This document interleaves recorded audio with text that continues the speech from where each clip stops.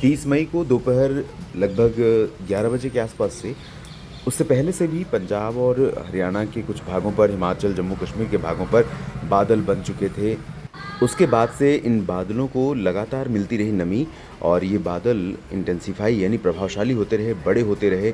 अरब सागर से नमी वाली हवाएँ पहुँची, बंगाल की खाड़ी से पहुँची और उन हवाओं के कारण पूरा का जो क्षेत्र है, पूरा क्षेत्र उत्तर भारत का मैदानी हिस्सा, इन भागों में अधिकांश जगहों पर बादल काफ़ी घने हो गए और शाम 5 बजे दिल्ली एनसीआर पर भी बारिश हुई। 5 बजे से पहले से ही मौसम बदला और दिल्ली एनसीआर समेत आसपास के भागों में कई जगहों पर वर्षा रिकॉर्ड की गई। दिल्ली के बाद ये बादल दक्षिण में जयपुर की तरफ यानी राजस्थान की तरफ पहुँचे। राजस्थान का भी सैटेलाइट इमेज और राडार इमेज आप इसमें देख सकते हैं और उसके बाद लखनऊ की तरफ आगे बढ़ रहे हैं, उत्तर प्रदेश की तरफ। उत्तराखंड में कई जगहों पर बारिश हो रही है, पटियाला में बारिश हो रही है, पंजाब के तमाम जगहों पर बारिश हुई और हरियाणा में बारिश हुई। और उसके बाद जो बादल दक्षिण पूरब की तरफ मूव कर रहे हैं, इन बादलों का प्रभाव हमें दिखाई पड़ेगा उत्तरी मध्य प्रदेश और उत्तर प्रदेश के कई मध्य ज़िलों में और पश्चिमी भागों में।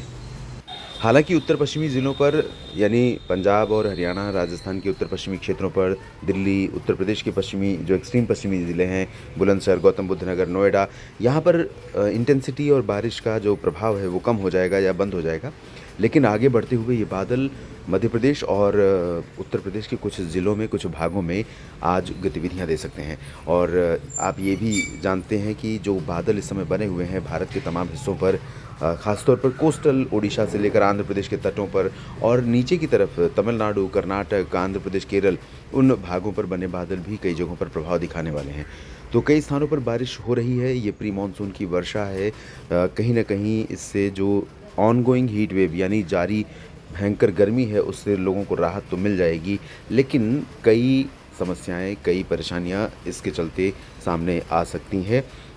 ये एक सिग्नल इस बात का भी है कि क्या इस बार मानसून कमज़ोर रहेगा।